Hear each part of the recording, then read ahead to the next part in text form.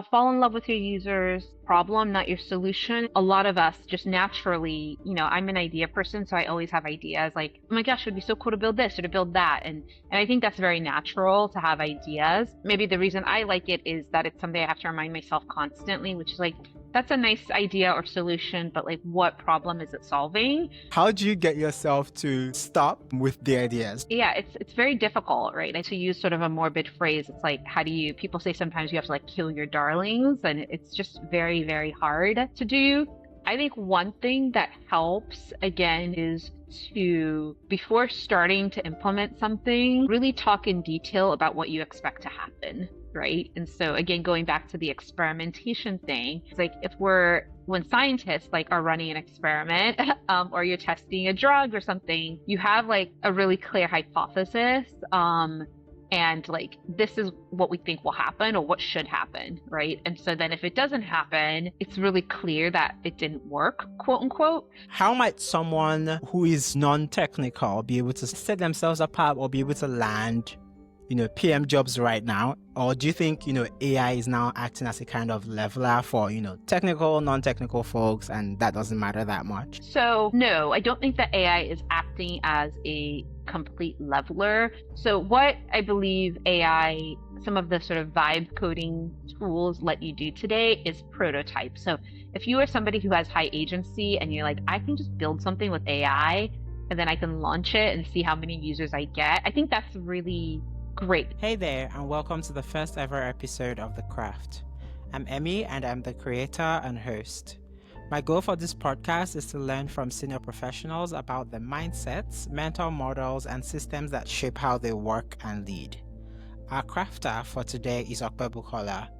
Ope is an educational technology executive with over a decade of experience building products that expand access to knowledge and economic opportunity.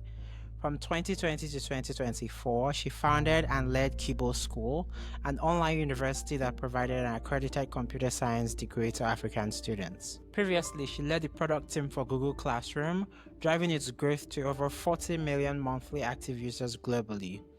She has also held product and partnership roles at Amplify Education and CK12 Foundation. Ope serves on the board of Zeta Charter Schools and advises 3MTT, the federal government of Nigeria initiative to bolster technical talents and jobs. Today we talked about her lessons from working at Amplify and Google, some of Ope's product philosophies, how to test ideas, run experiments, and define success, and knowing when to kill your darlings. The vision behind Kibo, Ope's most recent company, skills and mindsets that junior professionals need to ramp up in their career and work today. As you go through the episode, please drop comments to let me know what you think, like, and would love to see more of. If you enjoyed today's episode, please consider following or subscribing wherever you are listening from. Drop a rating and share with a professional in your network who might benefit from the conversation. Thanks for tuning in and enjoy. But you've had, what many, at least myself, would consider a great career trajectory. So from NYU to Amplify Education, then to Google, you found your own companies and you're now sort of advising organizations like Zeta, 3MTT, which for those listening, that's 3 million tech talents. And with all of these, there's a common thread, which is around education. Why education? Did you always know you wanted to work in this space? Yes. I have always been interested in education, partly because I've always loved learning. So when I was younger, I really enjoyed school. I really liked my teachers. So I've always thought of education as something interesting to be a part of, though not necessarily a career path. When I was in university, I studied economics and math. I was more interested then in economic development and in particular in the development of African countries. But one of the things I did at the same time as I went through university is I continued teaching. So I was a tutor, a private math tutor, but I also did a lot of volunteer tutoring and teaching, ended up becoming close friends with a lot of people who were interested in education from a policy perspective. So I knew that I was interested in it. I didn't necessarily want to be a classroom teacher. One of the things that happened for me, however, is like right around when I was leaving university, there were a lot of really interesting new ed tech tools that came up. Khan Academy launched, MIT launched something called Open Courseware, where they were putting a lot of their materials online for the first time, long before like Coursera or any of those platforms. And for me, it was really interesting because it was a glimpse into the possibility for people anywhere in the world to get access to education as long as they had the internet. So it connected to my interest in economic development and how do we help African countries develop, plus education, plus technology. So I knew that I wanted to work at that intersection eventually, and tech just became the thing that helped me bridge the gap between like really caring about how do we help nations prosper, which is really about helping individuals prosper, and then how do we educate people. So tech sort of brought it together, and I've pretty much been working on it my entire career. Yeah, thank you for that. And I guess now you've worked as product managers for, these products and working directly with education. Did you always figure that it was products that you were going to do? I mean, I imagine that you are able to still work or build things for education outside of products. But yeah, did you always decide, okay, now that I know I like education, I would love to work in product management so I'm able to build for education directly? Or was that something that just came up? Yeah, for me, it came up along the way. So I did not know that product management was like a career path or a possibility. It's very different today because PMs are quite well known. But in 2005, like unless you were in San Francisco at very few companies, I think this was like just after Facebook launch, right? So we're very, very early. That was just not a career that people really knew of. The way I came to understand what product management was I was working for a company in I think it was around 2010 that built open source textbooks, and my role was really around partnerships and working with at the time charter schools to help them pilot and test out these new digital textbooks that teachers could edit and were available open source and free. And in that role, I had a lot of interaction with the users. I had a lot of feedback from users. I had really strong opinions about how the product ought to work. And that was when I kind of discovered, oh, there is actually a job that puts you at the intersection of what's really good for your users, how you build a good business or, nonprofit or venture, and then what is technically feasible. So I came to discover product management, and it's just turned out to be a really good fit for me. Mhm. And figuring out product management and exactly what the core of the role is. You've worked at both Amplify and Google, as we mentioned, as a PM, and I imagine the core idea around building products is the same, building products that users need. But I'm curious, how were the cultures different at um, Amplify versus Google? With Google, I imagine, you are building for a much larger scale. You're building with really smart people like yourself.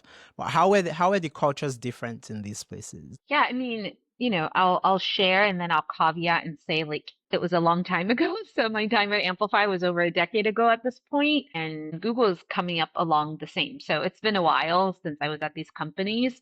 So I don't want to suggest that like this is what they're like right now. But in general, Amplify, when I worked there, was relatively small. I don't remember how many, but probably maybe low thousands or hundreds of people. They were also building products that were sold to school districts. And so I think as a PM, some of the core things are the same. You really want to deeply understand your user needs, figure out how you translate that need into good technology, work with an engineering team to deliver that. But one thing that was just different culturally is the sales cycle was a much bigger part of the product management role at Amplify, because we had these big sales that we were looking to make, and they were really like the buyers were a really, really important stakeholder, even though they weren't necessarily the end users of the product. At Google, we had a much more consumer focused lens, where the way that I was there at the really early days of Google Classroom, I think Google Classroom has grown really massive and it's maybe a bit more centralized than it used to be. But back then it was really just like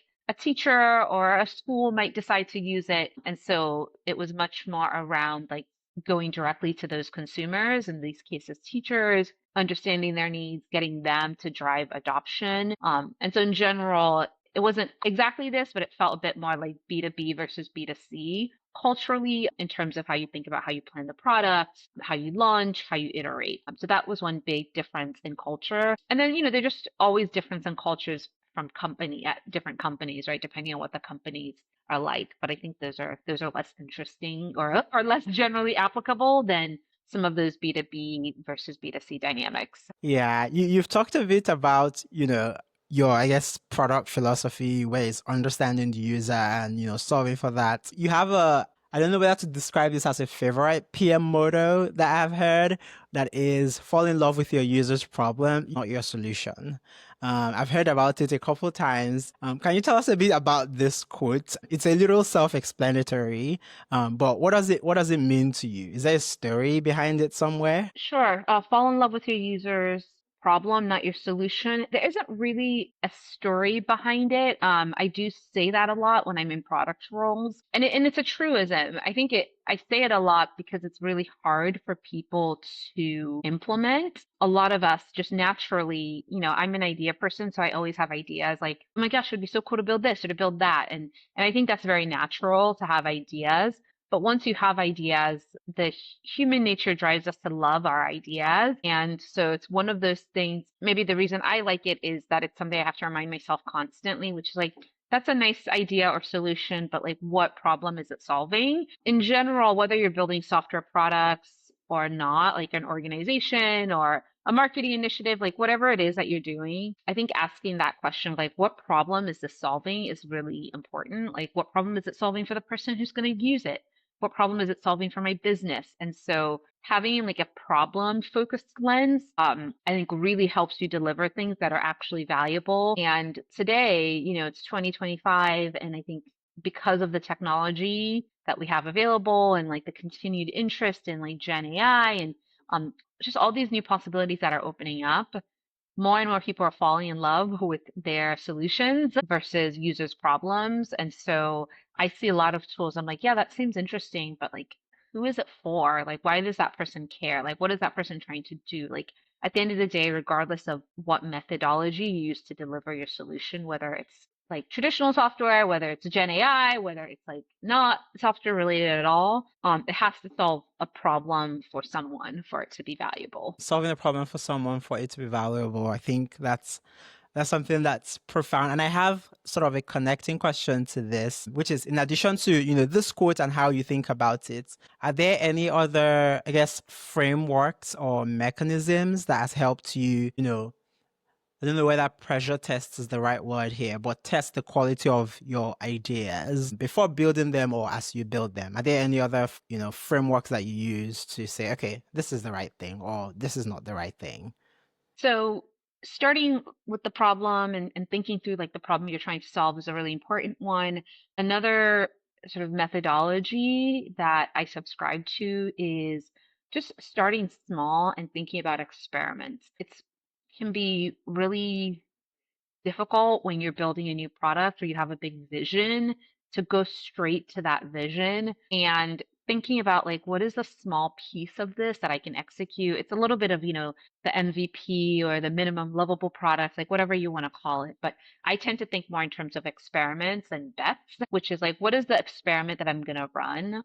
And if we think about the scientific method, like when you have an experiment, you usually have a hypothesis. Like this is what I believe will happen. This is why I believe that thing will happen.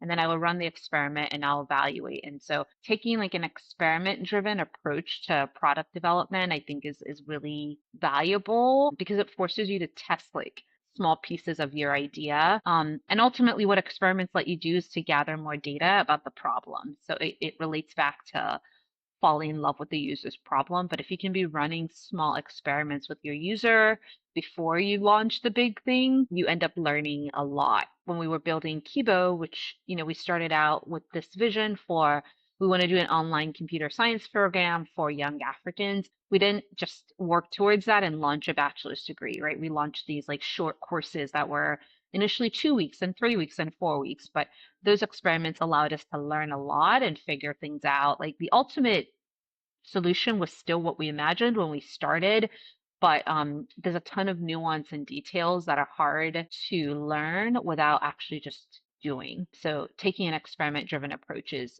another methodology that I think is really valuable. Thank you very much for that. And that resonates a lot. I know during my time at Kibo, and we'll talk about Kibo later on this on board. I know that during my time at Kibo, you had really emphasized the importance of running little experiments to be able to sort of gather feedback and learn as we go. Still in the same line of, I guess, testing the ideas and knowing what works versus what doesn't. Were there moments in your career where you've built something only to realize, oh, this wasn't right? Maybe you using some of the methodologies that you've already shared, but are there things or stories around things that you built where later on you found out, okay, maybe this wasn't the right thing, or maybe I should solve for something else before this thing? Is there any story you can share? Yeah, that's a good question. I'm thinking of specific stories.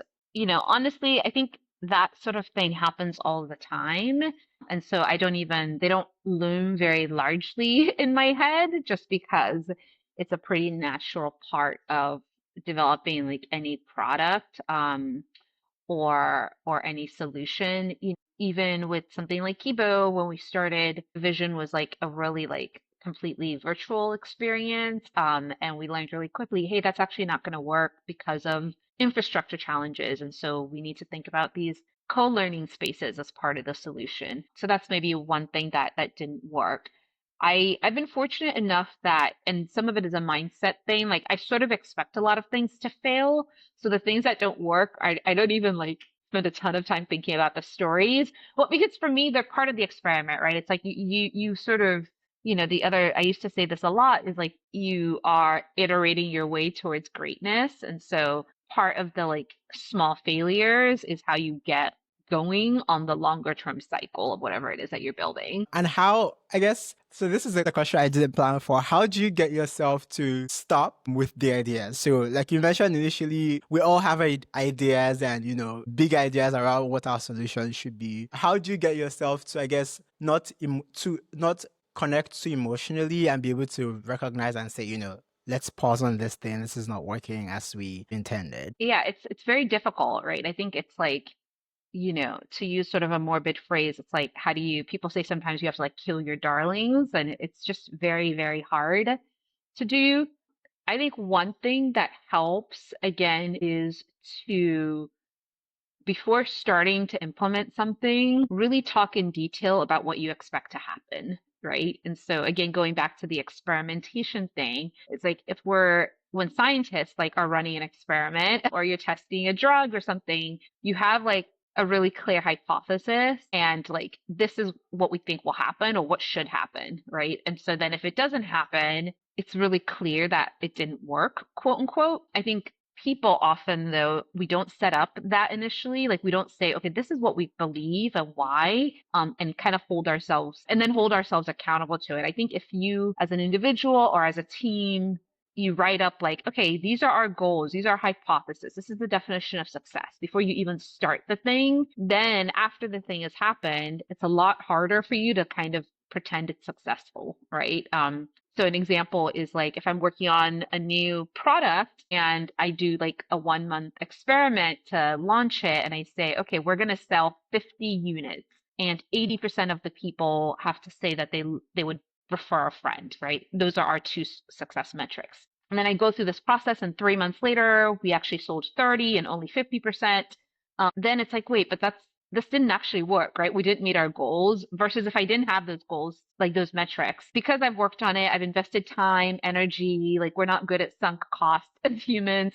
It would be very easy to be like, oh, but I sold 30. That's good, right? 50% referred. That's good. But it's like, okay, but that is actually not what you said what would make this like a success, quote unquote. So one way that I try to guard against that for myself is to set up the definition of success before I start doing something because I know that I'm going to like backwards justify it otherwise. And I think a lot of us are that way. So having those criteria is helpful. And then something else, if you want to go one step further, is to even have kill criteria, right? Before you start something, meaning if it doesn't meet this bar, I am going to stop, right? So write down like what is the kill criteria and then hold yourself accountable to the kill criteria. I see that in a lot of large enterprises where they'll launch something and then it actually isn't going that well. It's not like, nobody's using it, but it's like quite unsuccessful. But because they didn't have the kill criteria, then it's like now you have to hurt someone's feelings to say that we should shut down this project. Like it all gets harder and harder.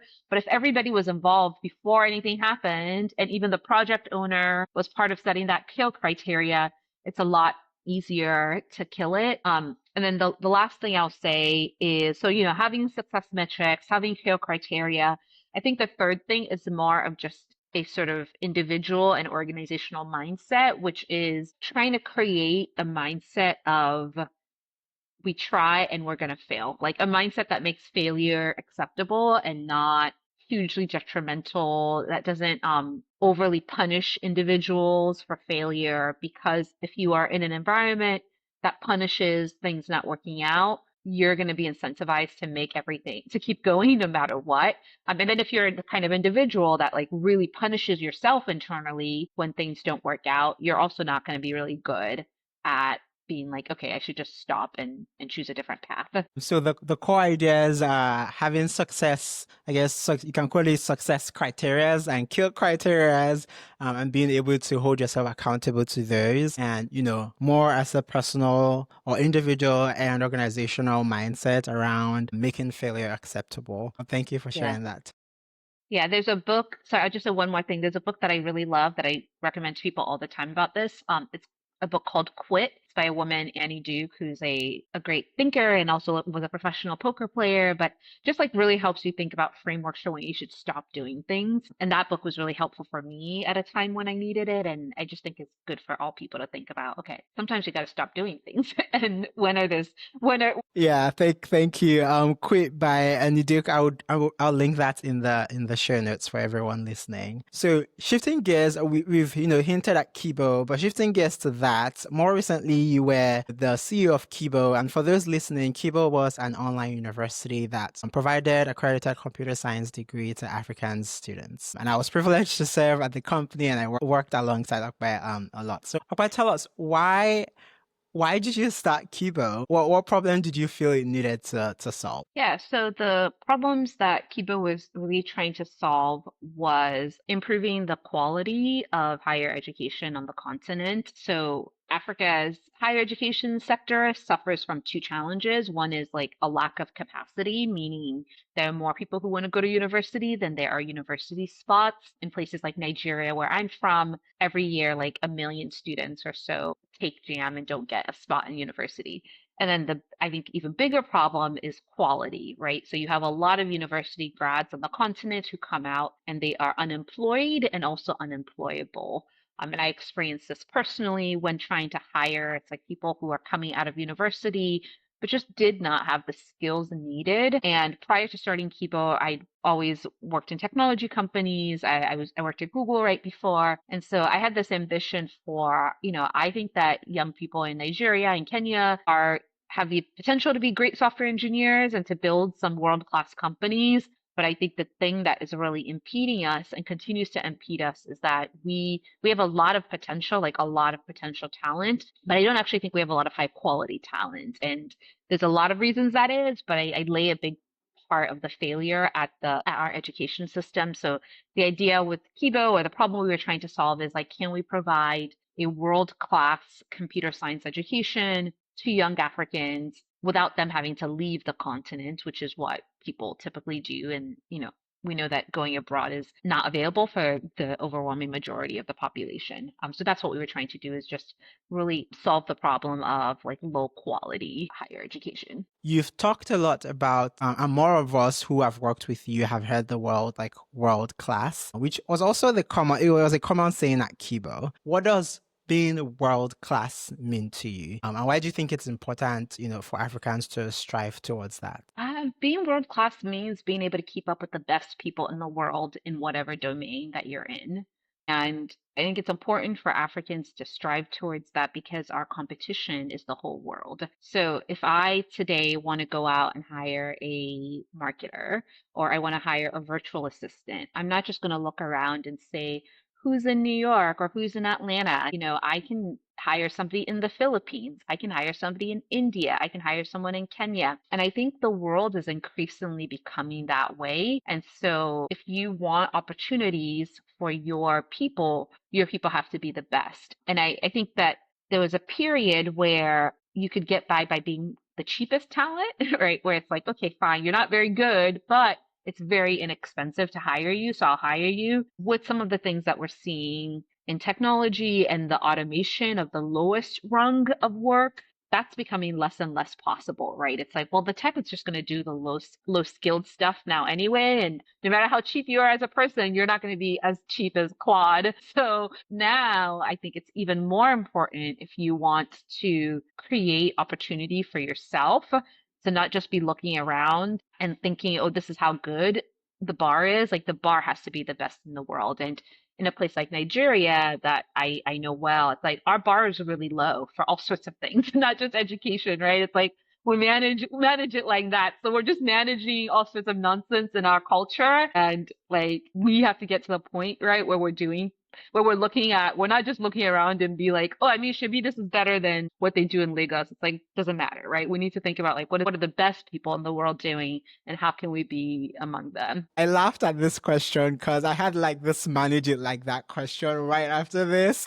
You already know my pet peeves, Emmy, so it's gonna come out. If you talk to me about these things, I'm like a broken record. I just repeat myself. Well, nobody's listening, but I'm still repeating it. Curious to hear if there are any stories in there around where, someone has told you to like manage it like that, or you've gotten the impression that people want you to manage things like that. And why do you think that's not great for our work and frankly our society at large? Yeah, I mean, what stories? I mean, who has spent time in Nigeria and hasn't been told that, right? Where it's like, I hired you to lay tiles in my house and you did them crooked when it could be straight, but you're like, well, it's finished, just manage it. And like, no, I'm not going to manage it because it's not good. So I think that just in general, there's a lot of things that are challenging for us in Nigeria, but I would say that culture of mediocrity is like it's a real problem. And sometimes it's funny, but often it's not funny because in general, you are only going to aspire to what you can see and what's expected of you.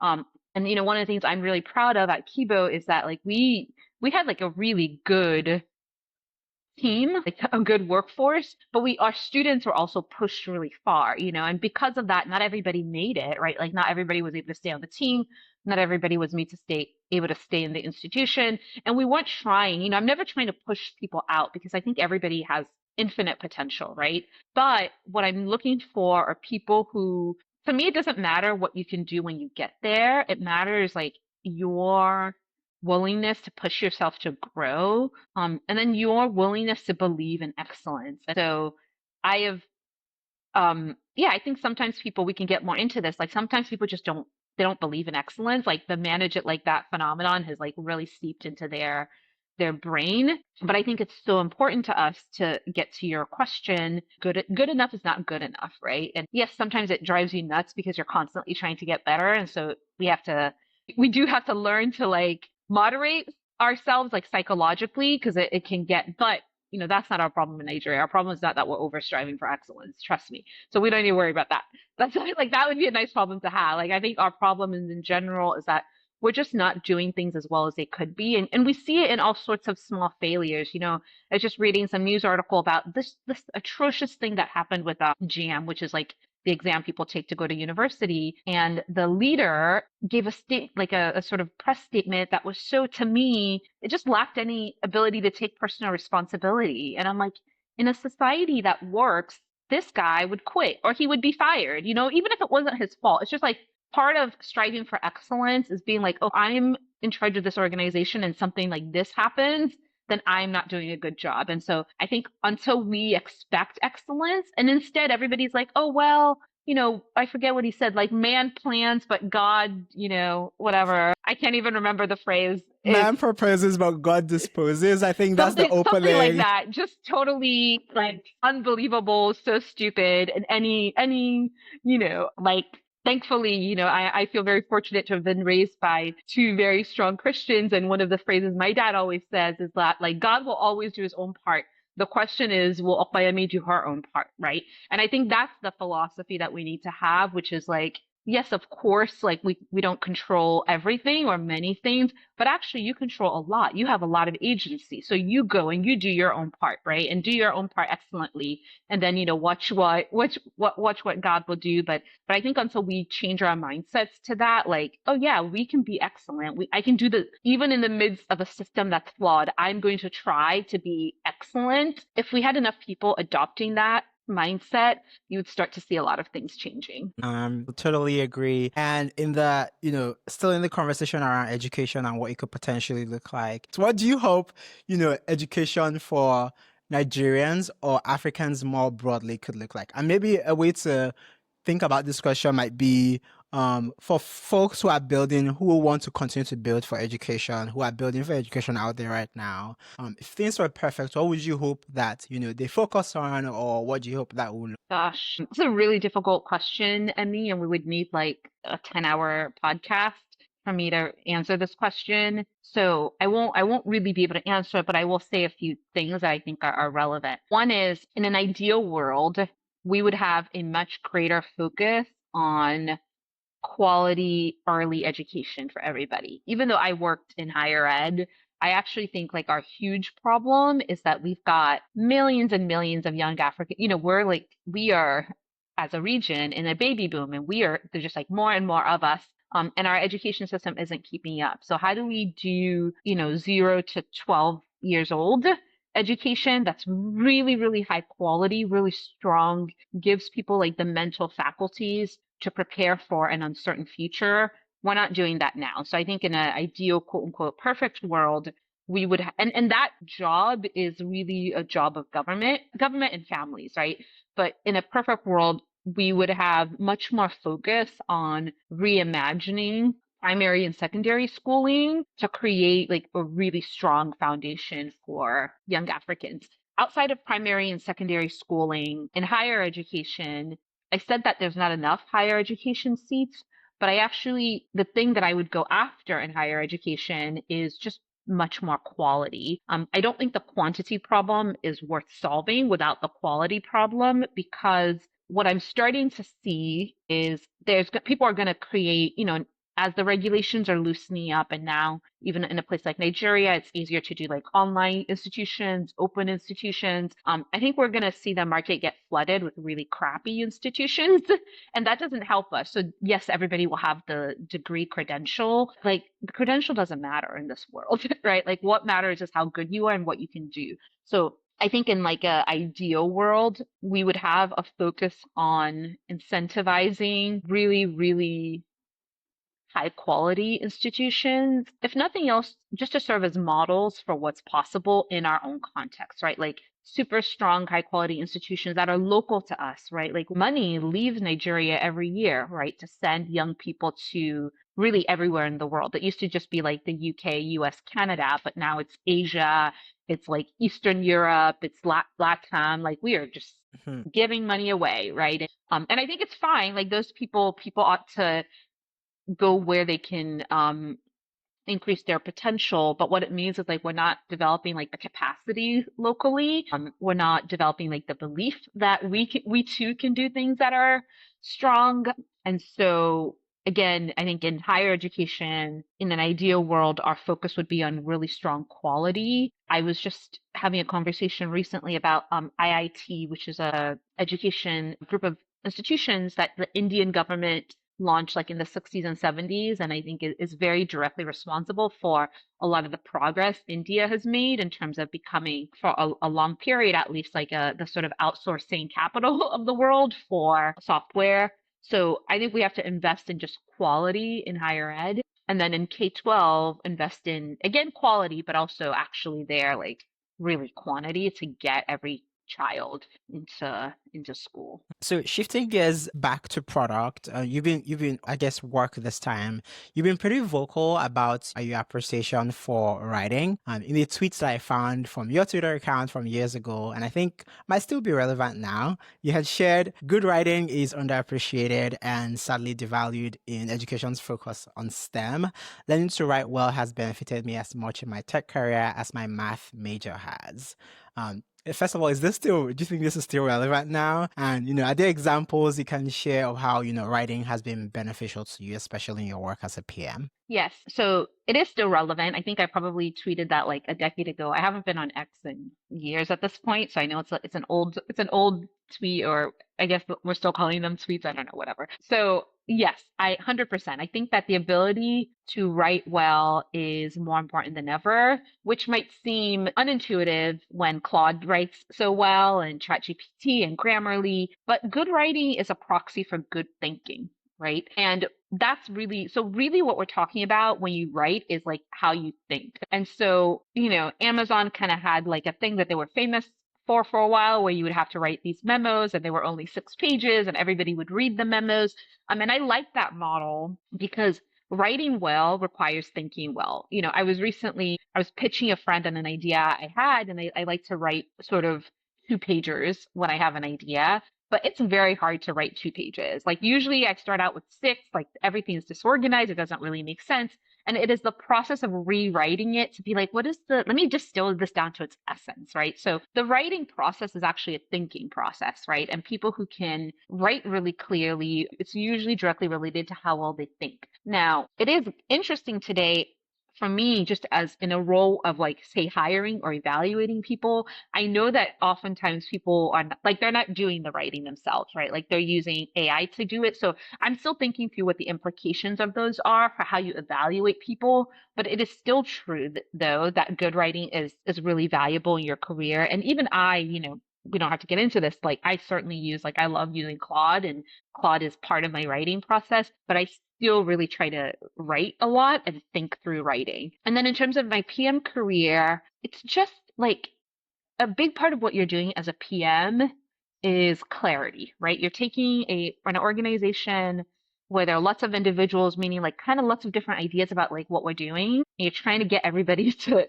be on the same page and to be clear about what we're doing and why and how we'll know if it's working. I don't think that there is a more efficient way to do that still than really, really concise, clear writing of like, this is the PRD, like this is our product vision. Because, I love speaking, and I think one of the things I'm thinking about is what I believe will become like an increased relevance of oral communication in a post AI world. So the ability to speak well is also critical, and I think will become more critical. But you can have really eloquent speech that doesn't actually say anything, that's devoid of meaning, because speaking also has this thing of like, it's a little bit about the person and like how they're moving and how they make me feel. Like I'm sure I'm not the only person who's watched like a great TED talk or a great speech, and then 2 minutes later it's like, what was that about? Like I have like nothing, like I don't know, And so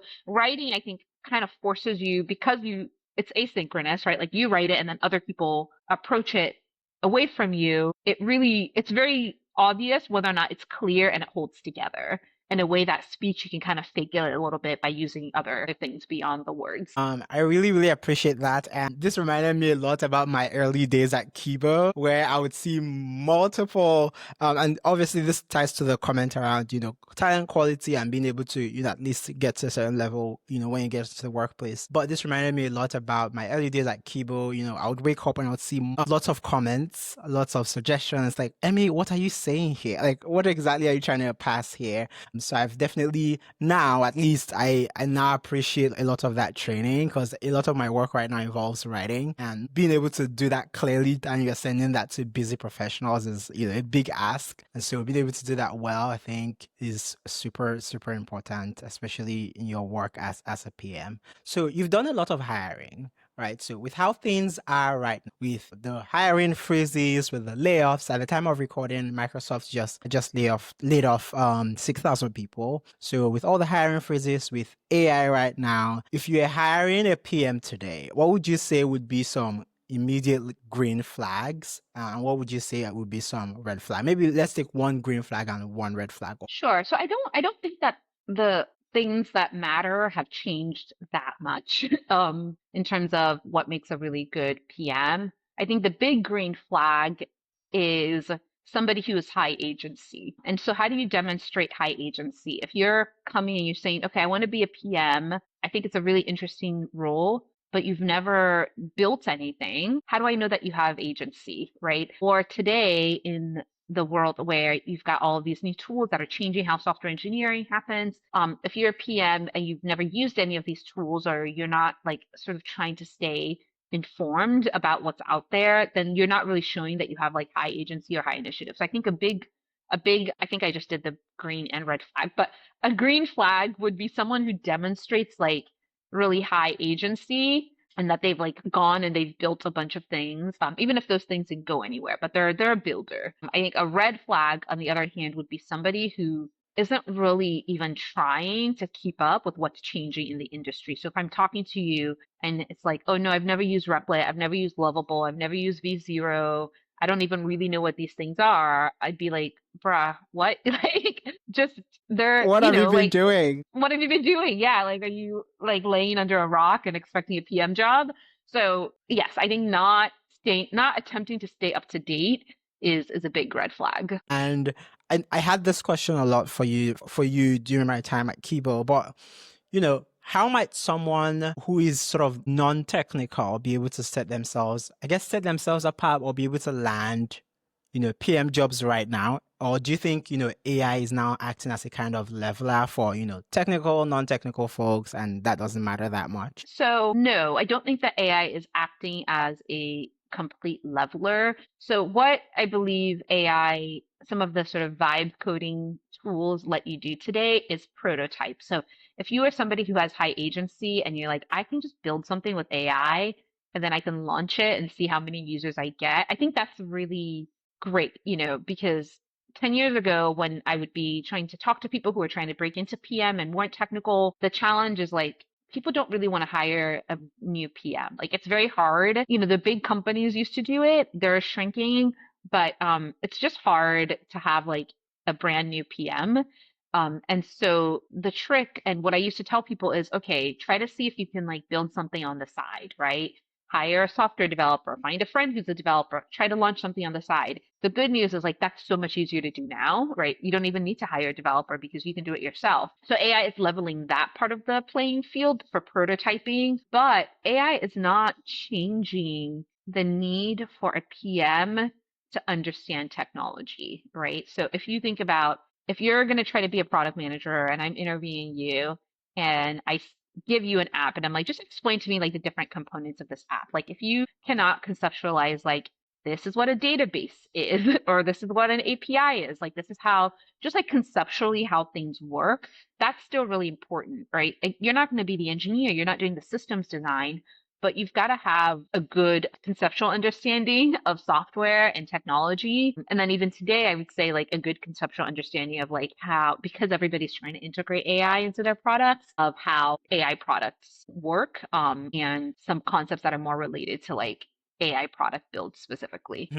Um, Maybe AI can help you learn those things faster than back in the day. So that it is changing the playing field in that way. Yeah, so I guess like now you technically will need less folks to at least get off the ground because there are tools that will enable you to do that, but still being able to have really good understanding around like technology and how technology comes together to make your thing work is critical. As someone who has spent time, building products and has worked as PM for years, how would you simply and exhaustively define product management? So I think product management is the process of building solutions that address customers' needs and meet business goals. Thank you very much for that definition. I mentioned I have questions from ex-colleagues. Fumi has a question for you. How do you think Batman can save more lives in Gotham?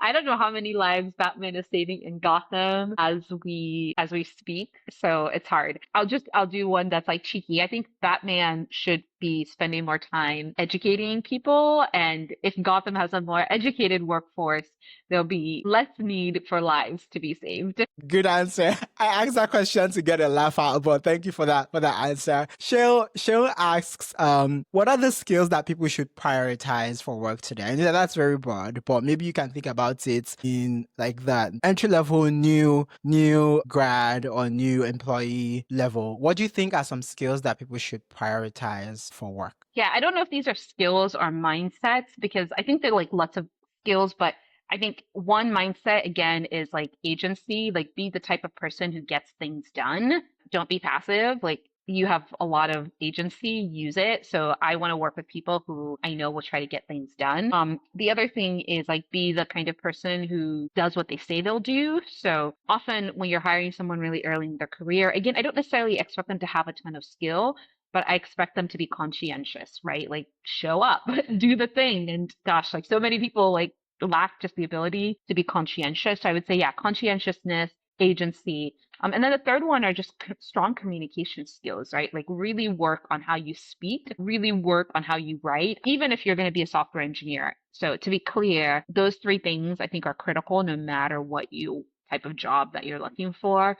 Um, and communication, I can't overemphasize enough as a practical skill, especially for those of us who are in Nigeria and in Africa, because we don't have enough jobs locally, right? And so you are going to, I think, to really maximize your potential, there's a strong likelihood that you're going to be looking to work with people who aren't local. You might be looking to get a remote job. And the communication thing is the thing that knocks people out all the time. You know, agency, conscientiousness, mindsets, communication, skill. Thank you. Thank you. No, thank you very much for that. I'm running into the lightning round right now. So quick answers. Is there a cool tool, work tool specifically, that you've used recently that they've just blown your mind away in terms of how useful it is? I'm currently just like my mind is being blown by all the vibe coding tools. So Replit is one. Yeah, so probably Replit. Is there a lesson you've learned really late in your career as a PM that new PMs should be on the lookout for? Lesson. It's your job to do anything that isn't being done. So you might think you're a PM, but actually you can be a marketer, you can be a customer service rep. Like just do anything that's not being done. That's a good way to think about it. Is there a book, podcast, or resource you follow that continues to help you or has helped you refine your craft over time, and other folks can learn from? Like from a professional perspective? Yeah. So book, podcast, resource. I mean, this one's probably a pretty common one, but I think a lot of PMs like, and I continue to learn a lot from like Lenny's podcast, like really good podcasts for people who want to build products. Thank you so much. How might we be useful to you? Is there anything you're working on that we should be on the lookout for? Check out? Not right now, to be honest. You know, I think I'm doing a lot of consulting. I'm in like the early stages of a bunch of things, so nothing that's like shared to the world right now. So, but just keep learning and keep being curious. All right. Thank you so much, Ope. That's it, folks. I hope you found this episode useful. Thanks for tuning in and staying till the end. Let me know what you think in the comments and who you'd like to see next on the pod. Don't forget to like, follow, or subscribe wherever you're listening from, and share with someone in your network who might find this useful. That's all for now. I'm Emmy, and I'll see you next time.